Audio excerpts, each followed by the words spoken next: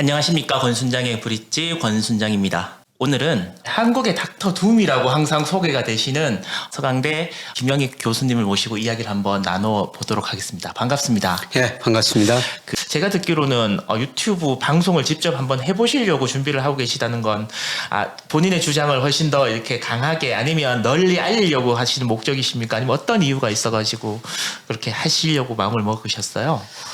제가 유튜브를 한번 제 유튜브를 해보고 싶어하는 거는 지금 금리 환율 알고 갑시다. 그 소개를 해줬는데요. 네네. 경제 현상을 어떻게 하면은 책을 요새는 많은 분들이 안 읽고 네. 유튜브를 많이 보시거든요. 네. 유튜브로 경제 현상을 어떻게 하면 쉽게 좀 설명해 드릴 것인가. 예, 그리고 제가 학교에서 있었고 그다음에 직장에 증권회사 다녔고 현장하고 이론하고 지금 어느 정도 접목을 시켜가지고 학생들한테 강의하거든요. 네네.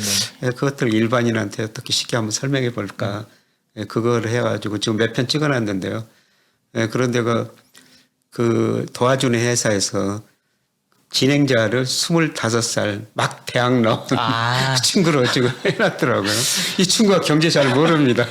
그럼 그 사회자를 이해시켜야 되는 부분들이 필요하겠군요. 예, 그렇죠. 그러니까 그 친구가 경제를 잘 모르고 경제학 전공도 안 했어요. 예. 경제 언론을 배웠다고 그럽니다. 그리고 올해 졸업했는데 그 친구를 이해시키려면 제가 경제를 굉장히 쉽게 설명을 해야 되죠. 이 책도 진짜 이거는 아들한테 읽어봐라 그래도 제 아들이 이제 중학생이어서 이해를 하겠다라고 했는데 미국 책은 되게 쉬운데 우리나라 책은 되게 어렵게 쓴다고. 예. 그래서 쉽게 쓰는 책이 정말 많이 아시는 교수님이 쓰신 책이다. 예. 이렇게 얘기를 한 걸 들었는데 이 책을 보면서 우리 김영익 교수님께서 진짜 많은 것들을 알고 계시는구나라는 생각을 다시 한번 했거든요. 책 소개해 줘서 고맙고요. 그런데 저는 증권회사 다니면서 부자들도 많이 봤지만은 제가 대신증권에서 하나금융투자를 옮길 때 어떤 언론에서 제가 수십억대 연봉을 받고 옮겼다. 전혀 그런 거 아닙니다. 근데 그런 기사가 나오니까 동창회 항우에서 돈 가지고 오라. 정말 어려운 분들이 좀 도와달라고 많이 찾아오시고 편지 보내시고 그러더라고요. 그러면서 참 어려운 사람들을 많이 봤습니다. 그리고 제가 어렵게 공부했기 때문에 그동안 공저까지 포함해서 책 13권 냈는데 또 다음 달로 책이 한 권 나옵니다만 인생은 전부 기부하고 있습니다. 안 그래도 제가 그 얘기를 사실 알고 있어서 말씀을 드릴까 말까 이렇게 고민을 했었거든요. 굉장히 안 보이는 쪽에서 그 좋은 일을 많이 하시는 걸로 알고 계시는데 이 시청자분들께서는 맨날 하락론자, 비관론자 나와서 내 주식 떨어진다고만 얘기하는 사람 이런 식으로만 인식이 되어져 있는 것 같아갖고 좀 안타까운 부분도 있고 또 유튜브를 하시면서 또 참 유튜브는 굉장히 재밌어야 되거든요. 그래야 이렇게 구독자 구독 좋아요 눌러주세요 이런 것도 하고 해야 되는데 준비는 잘 하셨습니까? 근데 거기 도와주는 회사에서 네. 그 젊은 친구하고 이게 늙은 노인하고 이야기하는 게 아주 재미있다고 그러네요. 모르겠습니다. 아직 유튜브나 이런 데 출연하시면 댓글이나 이런 것도 혹시 보시나요? 댓글 안 봅니다. 하도 욕을 많이 얻어봐가지고. 유튜브 채널을 하실 때도 그러면 댓글을 보실 그때는 봐야 되겠죠. 예. 그때는 제 유튜브니까요. 상처 입을 마음의 준비를 하시고 보셔야 될 텐데. 준비가 돼 있습니다. 항상 주식시장에서는 저는 다양한 견해가 존재하고 있기 때문에 저는 주식시장에 있는 모든 사람의 견해를 다 존중하거든요. 다른 견해가 있을 수밖에 없죠. 그래서 욕하시는 분도 많이 있을 텐데요. 다른 사람과 유튜브면 제가 안 보는데 많은 제안도 있을 거 아닙니까? 네네. 제가 제안들 보고 고칠 거 고쳐야 되지 않겠습니까? 혹시나 이동 중에 잘 보는 유튜브 채널이나 이런 것들 이 경제 유튜브 말고요. 제가 이렇게 궁금해서 그러십니다. 워낙 모든 걸 숫자로 파악하고 이러신 분들도 유튜브 채널이나 이런 것들을 보시나 이렇게 궁금해서. 제가 출연한 유튜브들 조회 건수가 얼마가 됩니다. 그 정도? 그 정도 봅니다. 아니 왜 그러냐면은 공영방송사에서 제 출연 조회 건수가 많이 올라간다고 출연료를 다른 사람보다 좀 더 올려주더라고요. 그래서 그 이야기 듣고 이 조회 건수가 얼마나 중요한가, 이 조회 건수 출연한 거 얼마나 됐는지 그 정도만 보고요. 특별히 보는 유튜브는 없고 저는 미국에서 뭐 유럽에서 발표되는 경제 지표, 그다음에 우리나라에서 오늘 아침에 지금 2월 경상수지가 발표됐고 작년 자금순환이 발표됐거든요. 이 발표되자마자 그거를 제가 전망을 수정하고 업데이트하고 또 수정해서 전망을 합니다. 그래서 원래 데이터를 보지 남이 어떻게 그 데이터를 해석하는가 그거는 별로 안 봅니다. 이거 개인적인 질문 한 번만 더 드리겠습니다. 네. 사모님한테 용돈 받아서 쓰십니까? 아니면 이렇게 투자를 이렇게 가르쳐 주면서 이거 좀 당당하게 평소에 이제 친구분들과 다른 삶을 살고 계시는지 아니면 친구들과 비슷한 삶을 살고 계시는지 여쭤보는 겁니다. 저는 그 회사 낼 때 예. 월급은 전부 저 아내한테 줬고요. 네. 그다음에 가해 활동하면서 저 언론에 이제 칼럼을 예. 쓰거나 그다음에 외부 강의를 네. 뭐 하면은 그게 또 수입이 있거든요. 예. 그거는 제 용돈으로 쓰고 있습니다. 그래서 집사람한테 용돈 받은 적은 한 번도 없고요. 그래서 연말 되면은 우리 저 자산이 얼마나 됐는지 점검하자 탁 깔아 해가지고 연말 되면은 한 번씩만 정산을 합니다. 그러면 투자는 어떻게 하시는 거예요? 월급 줬던 걸로 해서 투자를 하시는 겁니까? 투자를 하고 계시지 않습니까 지금? 예. 그러니까 제가 대외 활동을 많이 하다 보니까요. 뭐 거기 그 돈으로 투자를 많이 하고 있습니다. 나중에 까보면 사모님이 주식, 부동산 투자하셔갖고 버신 돈이 더 크신 거 아닙니까? 부동산 그거는 제가 실수를 했어요. 차라리 저 부동산보다는 금융자산을 해야 된다 그런 집을 아주 늦게 샀습니다. 집을 늦게 사가지고 뭐 그 뒤로도 집값이 오르기는 올랐지만은 좀 늦게 사가지고. 집을 언제 사셨는데요?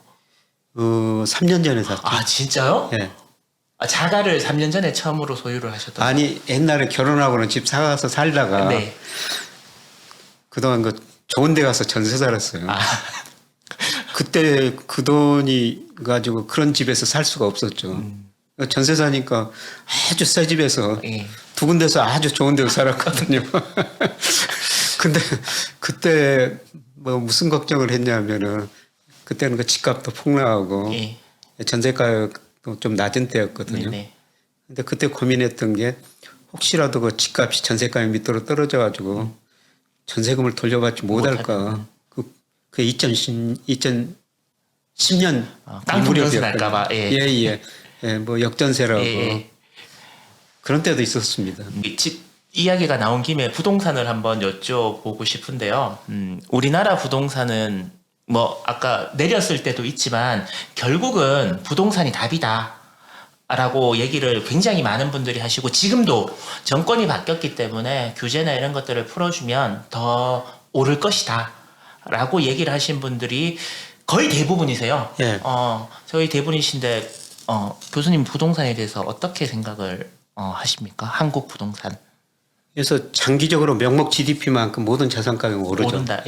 근데 아까 2010년 말씀드렸습니다만 그때 서울 집값이 아파트 가격이 30% 정도 그 무렵에 폭락을 했었거든요. 역전세라는 이야기 있었습니다만 저는 지금 그 시기가 이제 시작되고 있다. 그렇게 지금 보고 있습니다. 그래서 최근에 뭐 주택가격 KB 국민회에서 발표하는 장기 시리즈가 있거든요. 그게 86년부터 데이터가 있습니다. 그걸 가지고 장기 시리즈를 분석하는데 지금 대구가 먼저 꺾였고요. 대전 꺾이고 서울 강북 꺾이고 전도시가 꺾이고 있습니다. 상승률이. 조만간 수준이 하락이라고 보고 있거든요. 그래서 우리 집값을 결정하는 거시적 경제 변수가 주가고요. 금리고 대출 금액이거든요. 근데 주가 지금 떨어졌죠. 금리 올랐죠. 대출 규제하고 있죠. 대출 3개월 연속 감소했지 않습니까? 그리고 가장 중요한 경기예요. 그런데 경기가 이미 정점을 지나고 수축 국면에서 접어들었거든요. 저는 앞으로 4, 5년은 하락 국면이라 그 뒤에 다시 상승하겠지만은 4, 5년은 하락 국면이라고 보고 있거든요. 그래서 결국은 사이클이 있다. 2010년 같은 역전세를 또 이야기할 시기가 오고 있다. 이것도 부동산의 닥터 둠 뭐 이렇게 이제 제목을 뽑아도 될 것 같은데 그래도 부동산이라는 게 우리나라 국민들의 욕망이 담겨져 있는 자산이기 때문에 쉽게 그렇게 되지 않을 거다라는 이야기를 하는 부동산, 그러니까 욕망에 방금 말씀하신 그 경제 데이터로 설명이 되면 이렇게 집값이 오를 수는 없지 않느냐라고 주장을 하시는 분들도 분명히 계시잖아요. 근데 아까 규제 말씀드렸는데 저 박근혜 이명박 정부에서 20몇 번 부동산 부양책을 냈다는 예. 겁니다. 근데 계속 떨어지기만 했지 예. 않습니까? 그다음에 이 문재인 정부에서는 뭐 28번인가 28번인 걸로 알고 있습니다. 예. 억제책을 냈는데 그래도 올랐거든요. 이 사이클이 있다는 겁니다. 이 사이클은 누구도 막을 수 없다는 거죠. 예, 그런데 그런 사이클상 하락 국면이 시작되고 있다. 그리고 제가 보면은 부동산 가격이 너무 높아요. 예, 그거는 다들 인정을 예, 합니다. 물가에 비해서도 높고요. 그다음에 그 PIR이라고 그러지 않습니까? 예를 들어 서울 PIR이 19배 정도 돼요.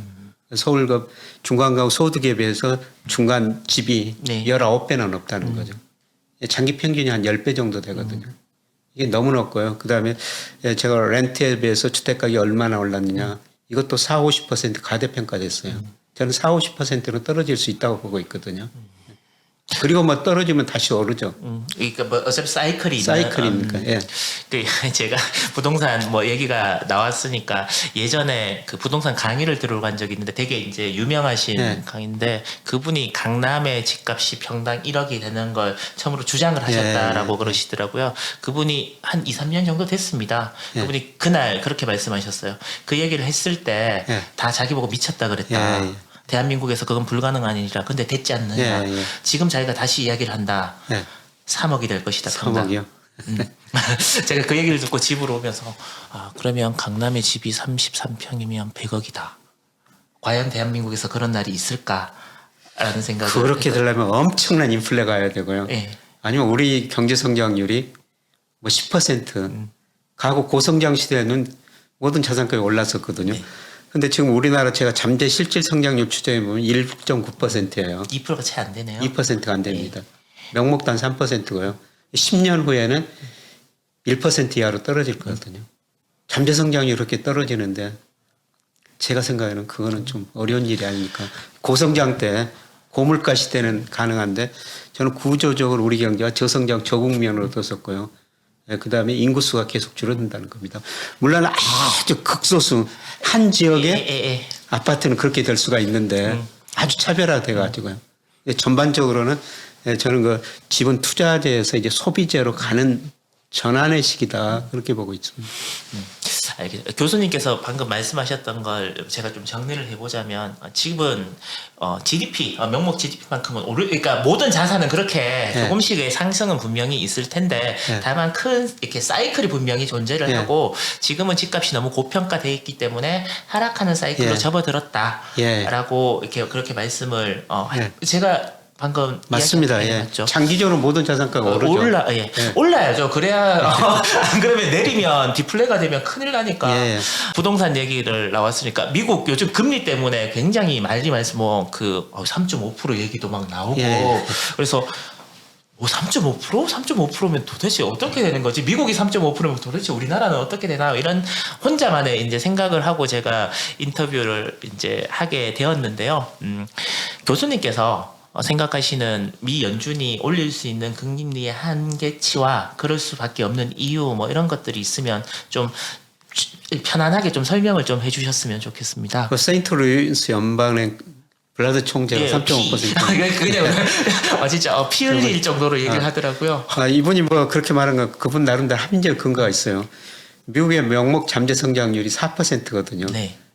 장기적으로 보면 미국 10년 국제 수익률하고 명목 수익률하고 똑같습니다. 그러니까 10년 국제 수익률이 4%가 적정 수준이니까 기준금리 연방기금리 3.5%도 적정 수준이 될 수가 있거든요. 근데 저는 거기까지는 가기 굉장히 힘들다고 보고 있고요. 잘해야 2% 정도. 잘해야 2%. 예. 그러면 이번에 그 금리를 4월 달에 올리면 그 5월 달에 0.75가 되죠. 그리고 또 한 번 더 정도 1.0, 1.5. 그럼 상반기 1.5까지 갈 수 있어요. 두 번 0.5% 포인트 올리면. 그까지는 교수님도 동의를 하시는 분이에요. 거기까 상반기는 동의를 하는데요. 그런데 저는 내년에 미국 경제가 침체에 빠지라고 보고 있거든요. 내년 상반기 가면 미국이 오히려 금리를 내려야 된다. 지금 뭐 장단기 금리차 역전됐다가 잠깐 지금 다시 좀 오르고 있습니다만은 저는 올 하반기부터는 미 10년 국제 수익률이 떨어지면서 장단기 금리차가 역전되리라고 보고요. 그게 위험한 신호죠. 그렇죠. 지금은 뭐 장기금리, 단기금리 오르면서 잠깐 역전됐는데 예. 이거는 역전이라고도 볼 수가 없어요, 사실. 장기금리가 떨어지면서 역전돼야지 진짜 경기 침체 신호거든요. 그게 하반기 가능하리라고 보고 있습니다. 근데 제가 보기에는 앞서 말씀드렸으면 미국 주식시장 여사상 가장 큰 거품이 발생했죠. 네. 미국 전체 주식시장 시가총액이 명목 GDP 334%, 2000년 IT 거품 붕괴 직전에 210%였고요. 지난 10년 평균 180%였거든요. 예, 그리고 미국 가계 자산 중에서 주식 비중이 54%나 돼요. 2000년, 2008년 위기 때 한 48%까지 올라갔다 폭락했거든요. 네. 지금 제가 보기에는 미국 주식시장이 굉장히 위험한 수준에 있고요. 그다음에 집값도 2006년보다 명목 가격은 물론 훨씬 더 높고요. 실질 가격도 그때보다 더 높거든요. 이 거품이 저는 붕괴할 수 있다고 보고 있습니다. 그러면 소비가 많이 위축될 수밖에 없다. 그래서 미국 GDP 중에서 소비가 차지하는 비중이 무려 70%거든요. 근데 미국 사람들이 지금 고용 상태는 좋은데 많은 사람들이 일을 안 합니다. 2008년 이전에 미국의 고용률이 한 67% 정도 되는데 지금 62%밖에 안 되거든요. 그러다 보니까 미국 가구 1인당 실질 소득이 오히려 줄어들고 있더라고요. 아, 실질 소득이 줄어들고 예. 있나요? 아, 저는 또 그거는 처음 들었거든요. 제가 그냥 이렇게 저도 텔레그램에 오고 블로그도 보고 그러면 뭐 43만 명 정도가 고용이 됐는데 이번에는 한 30만 명 정도가 여성분들의 고용이 늘어나서 실질적으로 고용이 위드 코로나 이제 코로나를 함께 하면서 실질적으로 좋은 고용이 일어나고 있다. 그래서 미국은 잠재적으로 오랫동안 지속적으로 성장하는 그런 준비를 하고 있는 단계이다. 뭐 이렇게 또 긍정적으로 얘기하는 걸 제가 보고 왔었거든요. 작년 그 3월 달에요. 1인당 가처분 실질 가처분 소득이 5만 8천 달러 정도 됐어요. 그때는 왜 그러냐면 정부가 가게한테 돈을 많이 줬죠. 예, 그런데 지난 거 2월 달 통계 보니까 한 4만 6천 달러 정도로 많이 줄었네요. 예, 많이 줄었더라고요. 예. 그러니까 얼마 전에 그 맥킨지 보고서 보니까 부모 세대보다 가난한 자식 세대예요. 그러니까 역사적으로 보면 자식 세대가 부모 세대보다 더 잘 살았지 않습니까? 근데 미국 GDP는 계속 증가했는데 상위 10%만 많이 가져가고 나머지는 덜 가져간다는 거예요. 네네. 그래서 오히려 그 중간고급 실질 소득은 사실 오랫동안 정체됐다 최근 몇 년 동안 올랐다가 다시 정체되고 있어요. 이 실질 소득이 증가해서 소비가 늘어나는데요. 예, 그게 정체되고 있다는 거죠.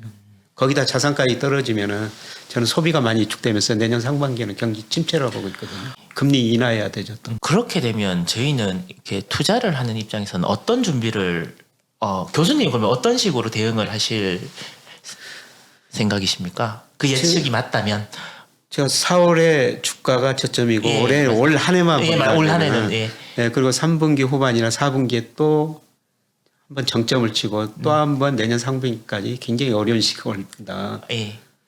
그랬을 때 현금을 가지고 있는 게 최고고요. 네. 그다음에 저는 아까 말씀드렸습니다마는 일부 주식은 제 전망이 틀릴 수도 있으니까 가지고 있으면서 인버스 ETF로 리스크 관리를 하는 거죠. 그러면 앞으로도 그런 식의 투자 패턴이나 방법들은 유지를 하는 게 현명하다라고 보시는 거죠? 예, 그렇습니다. 저는 우리 경제가 구조적으로 저성장 국면 들어섰으니까 수익률을 절대 높이 안 잡아요. 예를 들어서 2011년부터 작년까지 우리 코스피가 연평균 상승률이 4.2%밖에 안 됩니다. 우리 명목 성장률이 그 정도 떨어진 거죠.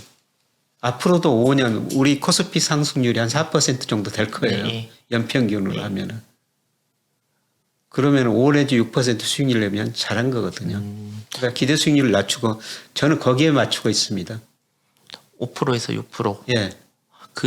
근데 보통 만약에 금리가 오르면 예. 그 목표 수익률도 조금 올라야 되죠. 예. 예, 올라야 되죠.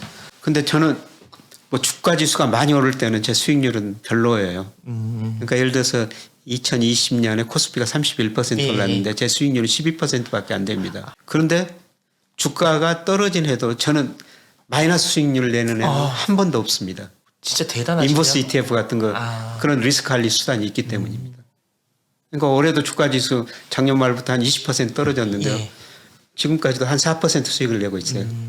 그럼 올 목표 거의 지금 달성해 가고 있는 거죠. 그럼 목표 달성하면 다 현금으로 자산 전환하시나요? 아니야.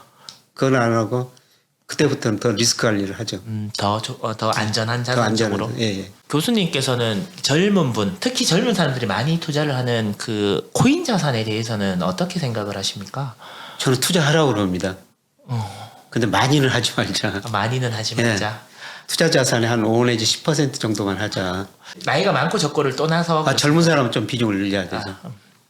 뭐 예를 들어서 20대라면 20, 30대라면 한 30%까지도 저는 괜찮다고 보고 있습니다. 예, 저는 장기적으로 달러 가치가 떨어지리라 보고 있거든요. 예. 지금 미국 순금융 부채가 18조 달러예요. GDP의 74%거든요. 미국 사람들이 너무 많이 소비를 하고 있다 보니까. 근데 그걸 어떻게 견디고 있냐면은 종이찌개 넣어서 파란 잉크 예. 묻혀갖고 그거로 견디고 있죠. 예, 그리고 우리나라나 중국이 저 미국으로 수출해서 돈 벌어줘. 미국 국채 사주고 미국 주식 사주고 그러거든요. 예, 그게 순부채가 한 12조 달러 정도 돼요. 근데 미국 주식시장이 안 좋다. 그러면 돈이 안 들어갈 거라고 보고 있거든요. 달러 가치가 하락할 수밖에 없다. 장기적으로는. 달러 가치가 하락하면은 다양한 대체 자산이. 네. 예, 저는 저 비트코인이 2008년에 등장했죠. 예. 10년이 좀 넘었습니다. 예. 이제. 달러 가치에 대한 신뢰 부족이라고 보고 있거든요. 예, 그래서 달러 가치가 떨어지고 상대적으로 비트코인, 뭐 금, 이런 건 오르리라고 보고 있습니다. 금하고 비트코인하고 조금 반대로 움직이는 경향이 있는데 그런 좀- 것들은 또 왜 그렇다고 보십니까? 좀 대체 자산이라고 볼 수가 있는데요. 근데 저는 뭐 비트코인 투자를 하면서 비트코인은 투자 안 합니다. 아이. 금 투자는 하거든요. 아. 근데 저 같은 나이 든 사람들은 그래도 보이는 게 있어야 되지 않습니까? 금은 보이는 게 있거든요. 예, 금 투자는 KRX로 하는 게 현명한 거죠? 아니면 어떻게 하시나요? 저는 금은 그냥 ETF로 합니다. ETF, 금 ETF로. ETF로. 네, 뭐 KRX 가가지고 네. 할 수도 있는데 네네. 저는 금 ETF로 하고 있고요.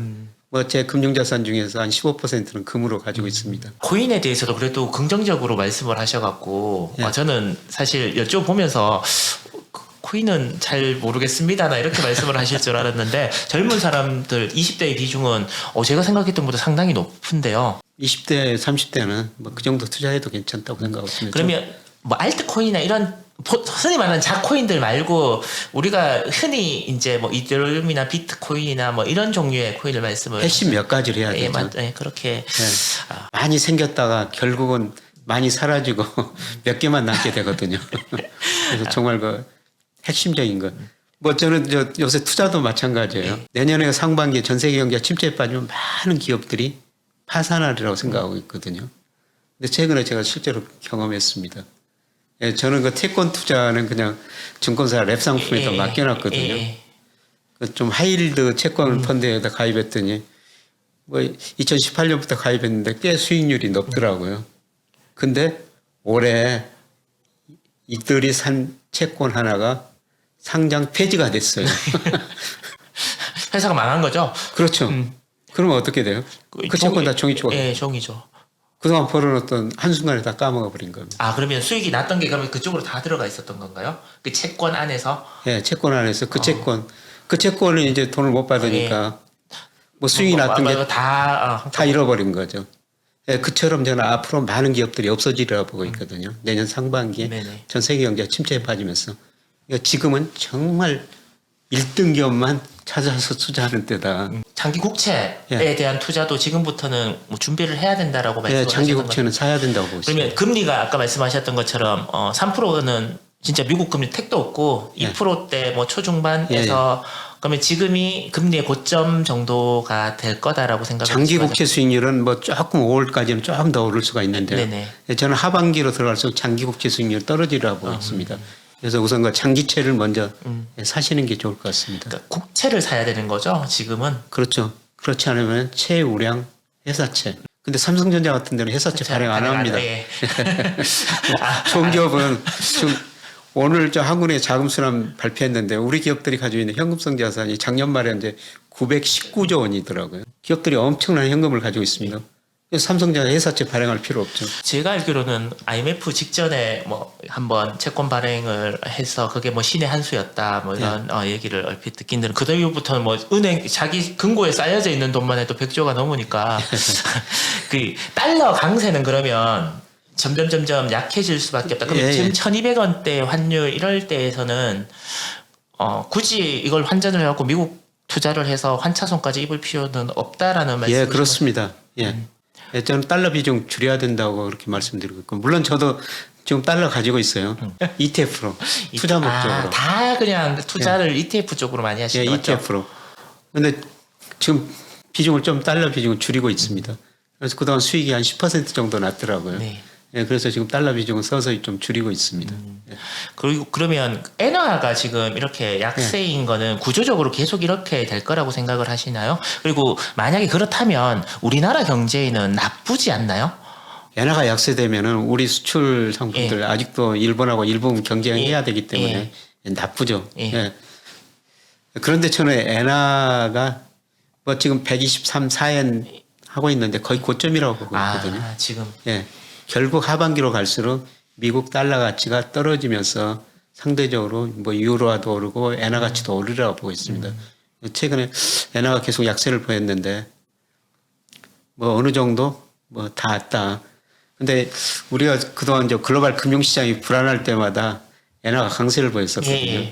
예, 그 이유는 그동안 일본이 경상수지 흑자가 나니까 그 돈 가지고 해외 주식 채권 샀어요. 아타나베 부인이라고 그러죠. 네, 예, 그리고 일본 금리가 워낙 낮으니까 돈 빌려가지고 저 미국 채권 뭐 주식 샀는데요. 불안하면은 손 안에 돈이 최고라 하죠. 일부 한수를 했는데 예, 그게 최근에 보니까 많이 줄어들었더라고요. 일본 인구 고령화되다 보니까 이미 많이 갖다 써버린 것이죠. 예, 그래서 그 효과가 없어지면서 이번에는 그 글로벌 금융시장 불안에도 엔화가 약세 보였는데요. 예, 그런데 결국은 저는 달러 가치가 하락할 수밖에 없다.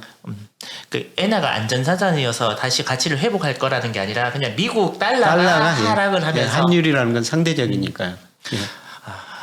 알겠습니다. 그게 보통 이제 일반적으로 그렇기 때문에 엔화는 구체적으로 약세일 수밖에 없다 이런데 아까 방금 그 교수님께서 말씀하신 거는 달러라는 이 종이 지폐 제가 아까 뭐 파란 잉크 녹색 잉크죠. 녹색 잉크 묻힌 이게 너무 많이 발행됐고 예.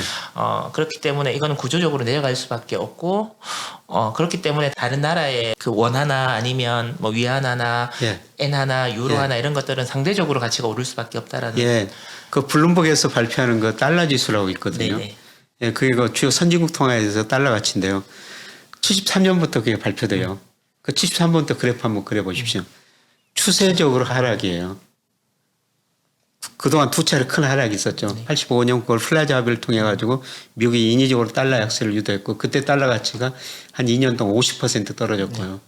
예, 그 다음에 2000년 IT 거품 붕괴되면서 또 미국 경제가 어려워지면서 43%나 떨어졌거든요. 근데 그 그림을 보면은 추세적으로 하락이에요. 최근에 약간 반등한 겁니다. 예, 다시 저는 시간이 갈수록 달러 가치는 떨어지리라고 보고 있어요. 알겠습니다. 이게 참 교수님과 이런저런 얘기를 듣다 보니까 어떤 이야기를 하더라도 둘이 뭉실한 이야기가 없고 숫자로서 정확하게 말씀을 하시고 더 놀라운 건 아무것도 보지 않으시고 말씀을 하신다는 게 이걸 어떻게 저게 가능하지라는 생각이 들거든요. 저는 아까 데이터 말씀을 많이 말씀했는데 제가 중고사 리서치 센터 다닐 때도 자료나 데이터를 후배들한테 안 시켰어요. 제가 직접 데이터 입력하고 자료 만들고 그랬거든요. 그런데 그때 만약 제가 데이터를 누구한테 시켰고 자료를 누구한테 시켜서 만들었으면 지금 이 자리에 없을 거예요. 강의도 못 할 겁니다. 근데 지금도 지금 모든 자료를 제가 만들고 데이터도 제가 일일이 이렇게 손으로 입력하거든요. 왜 입력하냐면은 자동으로 다운받을 수도 있는데 입력하려면은 입력하면서 데이터를 보면은 이게 추세가 계속 보여요. 계속 입력하다 보면은. 자, 그게 업력이라 그래야 되나? 이게 쌓여 있다라는 게 제가 옆에서 진행을 하면서 느껴지는데 대단하다는 생각이 들고요. 그러면 뭐 아까 말씀드렸던 이 금리와 환율 알고 갑시다. 이 책도 굉장히 이제 쉽게 쓰여져 있고 또 내용을 읽어보면 이것만 알아도 우리가 이렇게 금융 상품이나 아니면 경제를 이해하는 데 있어서 무리가 없을 거다라고 말씀을 하셨지만 그래도 일반인들이 경제 공부를 할 때는 어떤 식으로 처음에 접근을 하는 게 길게 봤을 때 본인에게 도움이 된다. 왜냐하면 요즘 워낙 쉽게 공부를 하려고 그러거든요. 그러다 보니까 유튜브를 보다 보면 이게 알고리즘이 참 좋다고 그래야 되나요? 내가 좋아하는 성향일 걸 계속 이렇게 추천을 해줘요. 그걸 계속 보다 보면 그 사람 말을 그냥 이렇게 신뢰하게 되고 신봉을 하게 되더라고요. 기본이 제일 중요하거든요. 예. 기본을 알아야 된다. 네. 예, 그래서 경제 원론 정도는 공부하셔야 되는데 물론 어떻게 맹큐의 경제학으로 볼까요? 뭐 그것도 예, 보시려면 좀 어렵죠. 예. 예. 그래서 제가 저 2018년에 경제지표 정독법이라는 책을 한번 냈었거든요. 예. 예, 그 책에 이제 각 경제지표, 경기, 수출, 물가, 예, 그다음에 금리, 환율 어디서 잡고 어떻게 보는가, 예. 예, 그거를 책을 하는 건 냈는데요. 네. 예, 그런데 뭐 저 그레이트 리셋 이런 거 시기에 관련된 책은 한 번 팔리고 지나면 금방 안 팔려요. 네.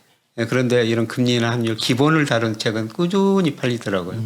예, 경제지표 정독법도 지금 거의 5년이 되고 있는데 꾸준히 그게 팔리고 있더라고요.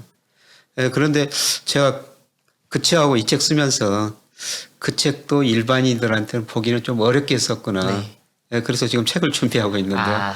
그 책을 토대로 가지고 일반인한테 더 쉽게 예, 이거는 금리 환율만 이야기했으면 경기, 수출, 물가 뭐 모든 경제 변수를 더 쉽게 볼 수 있는 그런 책을 한번 써보자고 지금 준비하고 있습니다. 그러면 경제 공부를 바르게 하려면 다음번에 나오는 김영희 교수님의 책으로서 공부를 하면 되겠다 맞죠? 뭐 그것뿐만 아니라요. 다른 분 책도 있습니다. 예를 들어서 한국은행에서 발표하는 알기 쉬운 경제지표라고 있거든요. 예. 아 거기도 경제지표를 아주 쉽게 설명해 놨어요. 제가 한국은행 책 소개해 드리네요. 네. 그런 책 보시고 기본은 아셔야 되거든요. 네. 예. 기본은 아셔야지 거기에 응용을 할 수가 있는 거죠.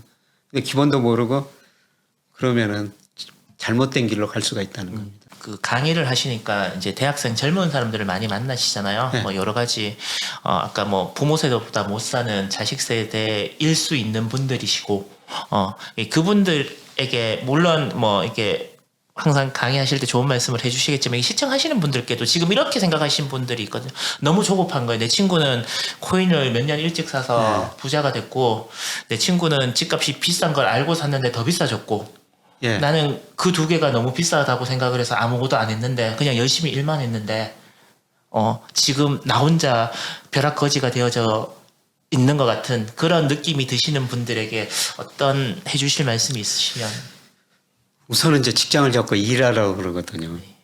왜냐하면 저는 우리나라 구조조 저성장 저금리 시대에 들어갔으니까 근로소득이 정말 중요하다고 생각해요. 예를 들어서 우리가 지금 은행에다 1억을 넣어놨다면 한 달 이자가 10만 원이 좀 넘거든요. 그렇겠죠. 근데 제가 어떤 일을 해서 10만 원 받으면 1억 금융자산 가지고 있는 똑같은 현금 흐름이에요.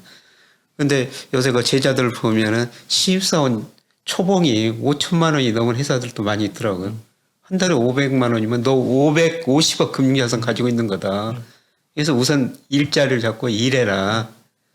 예, 그리고 7.2법칙이라고 있거든요. 네. 7.2법칙 아시죠? 예. 그래서 예를 들어서 금리가 9%면은 8년 지나면은 네. 복리래액에서 예금이 2배가 되는데 72에 내가 수익률을 나누면 그 나오는 숫자가 연. 두 배가 내가 가지고 있는 자산의 2배가 되는 예. 시점이 되는 거죠. 그런데 지금 금리가 1%니까 네. 은행에다 복리로 예금해도 2배 달면 72년이 걸려야 네. 되거든요. 주식 투자 할 수밖에 없다. 주식 투자 꼭 해야 된다. 예, 그런데 좀 멀리 내다봐라. 얼마 전에 한 그 방송사에서 두 증권회사 데이터를 저한테 보여주면서 좀 분석 좀 해달라고 그러더라고요. 근데 20, 30대 수익률이 제일 낮습니다. 처음에 가지고 있는 돈이 별로 없으니까 돈을 빨리 늘려야 되겠다. 증권회사 신용융자 돈 빌려 투자하더라고요. 그다음에 소수 종목에 집중 투자. 예. 그러다 보니까 수익률이 낮을 수밖에 없습니다. 그래야 대박이 난다라고 유튜버에서 얘기를 하거든요. 그래서 제 후배들한테, 제 학생들한테 대신증권 입사 동기 박용옥 대표라는 친구가 있거든요. 주식 농부, 예, 주식 농부 예. 그렇게 알려져. 예. 그 친구 정말 흑수저예요. 그런데 뭐 증권회사 그 친구는 저는 리서치센터 있고 그 친구는 저 영업점에 있었는데 네. 뭐 산전수전 다 겪었죠. 예. 예, 그리고 아마 2020년 9.11 테러 이후로 증권사 나왔을 거예요. 예. 예, 그리고 4,500만 원 가지고 시작했는데 지금 1,000억이 넘었거든요. 지금 유명하신 게 뭐 이렇게 주주 대표 소송 뭐 이런 거 그런 것도 하고 있고 그렇게 불어날 수가 있다는 겁니다. 우리 수명은 평균 80세라고 그러는데요. 네. 이 20, 30대는 평균 수명이 100세일 거예요. 네. 100세까지 주식 투자하고 살아야 된다. 앞으로 우리 금리 일본식으로 0%까지 갈 것이다. 주식 투자할 수밖에 없다. 그래서 좀 멀리 내다보고 이게 금액이 적더라도 이게 굴리다 보면 박영옥 씨처럼 돈이 많이 불어날 수가 있다. 요즘도 연락하시고 잘 지내시나요? 예, 며칠 전에도 뭐 방송에서 같이 방송해가지고 그 친구 좀 칭찬 좀 많이 해주고 왔습니다. 근데 이렇게 얘기하는 거 뭐 아까 전에 한 4에서 5% 만약 6%를 잡는다 하더라도 7위 법칙 넣으면 와 이거 언제 내가 지금 가지고 있는 자산은 1,000만 원, 2,000만 원을 불려갖고 이게 2배 되는 시점이 이게 너무 길어지고 예. 이런 생각을 계속 하게 되거든요. 근데 전반적으로 제가 뭐 평균 주가 지수가 코스피가 4.2% 오른다고 네, 그랬으니까 뭐 우리 항종목은 훨씬 더 많이 오르거든요. 예. 예, 그러려면 뭐 종목을 고르는 뭐 미래에 대한 통찰력이 있어야 된다는 것이죠. 그래서 저희 학생들한테 재무제표는 경제학과 학생들한테 의무적으로 저희가 재무제표 배우게 만들거든요. 예. 더 많이 배워라. 근데 재무제표는 현재만 나와 있으니까 그걸 보고 미래를 알려면은 거시경제 흐름을 알아야 된다. 그러니까 거시경제 흐름을 아는 게 중요한 게요. 거시경제 흐름을 못 알았으면 삼성전자를 95,000원에 많이 샀을 거예요. 네. 근데 거시경제 흐름을 알면은 지금 7만 원 안팎, 뭐 68,000원에 훨씬 더 많이 살 수가 있다는 것이죠. 예, 그래서 기본적으로 재무제표는 잘 알고 재무제표는 현재만 나타나 있으니까 미래를 모른다. 그 미래를 알기 위해서는 산업의 흐름, 거시경제 흐름을 알아야 된다. 그 교수님께서는 큰 흐름을 아는 게 더 중요하고 그 다음에 개별 기업에 대한 공부. 만약에 굳이 비중을 따진다면 개별 기업보다는 큰 흐름을 아는 게 먼저 선행이 되어야 된다는 말씀이시나요? 예, 저는 뭐 그러는데 네. 그 박영옥 대표 친구는 네. 거시경제 흐름 모르거든요. 근데 그 친구가 훨씬 더 돈 많이 벌었지 않습니까? 인생을 잘 모르는 거다. 저는 사실 뭐 제가 질문을 했습니다만은 사실 인생은 잘 모르는 거다라고 네. 얘기를 하는 게 제가 결혼하고 신혼여행 갔다 오니까 400만 원이 있더라고요. 물론 그때는 대출 받아서 집도 사고 네. 그랬는데 뭐 어떻게 뭐 장사를 하다가 보니까 나는 가만히 있는데 중국에서 우리 화장품이 인기가 좋아지고 네. 그런 여러 가지 뭐 운이나 기회 이런 것들도 있으니까 너무 지금만 탁 놓고 내가 지금 가지고 있는 자산으로만 뭐 예를 4% 수익률을 내서 내가 언제 부자가 돼 네. 이런 식으로만 계산하지 마시고 조금 긴 흐름 긴 흐름. 예. 긴 흐름으로 긴 호흡으로 조금 생각을 해보시면 좋은 결과가 있지 않을까 싶고요. 아까 수익률도 말씀을 하셨는데 그 한 번도 안 깨먹는 게 그러니까 마이너스 수익률이 한 번도 안 나는 게 굉장히 중요한 것 같아요. 저는 주식에서는 안 깨먹었는데 뭐 다른 데서 깨먹죠. 친구들한테 돈 빌려줬다 못 받으시고 그러셨나요? 한번은 뭐그 피트니스 센터 회원 가입했다 7천만 원짜리 가입했다가 그게 부도 나가지고 한 번도 못 받은 적이 있고요. 또 가까운 사람이 중국에다 골프 회원권을 하나 사자. 네. 아주 오래전 일인데요. 뭐 사가지고 돈 다 잃었죠. 제가 드리는 말씀은 자기가 잘하는 것만 해야 된다는 겁니다. 무슨 말씀인지 알겠습니다. 다음번에 제가 오늘 교수님 처음 뵀는데도 너무 인상도 좋으시고 이렇게 편안하게 또 솔직하게 말씀을 해주셔갖고 다음번에는 우리 교수님한테 조금 그때는 왜 그런 투자를 하셨습니까? 왜 친구가 어떻게 꼬셔갖고 중국에 가보지도 않고 골프장에 투자를 하셨는지 이런 것도 한번 여쭤보는 그런 시간을 가졌으면 하고 제가 그렇게 질문을 하는 시간 한번 기회를 한번 또 주십시오. 맞습니다. 긴 시간 오늘 여러 가지 이야기들을 잘 나눴는데요. 아마 이때까지 다른 채널에서 못 뵀던 김영익 교수님의 또 진솔하고 또 솔직한 모습을 또 이야기 나눌 수 있었던 것 같아서 저는 개인적으로 너무너무 좋은 시간이었습니다. 감사합니다. 네, 고맙습니다.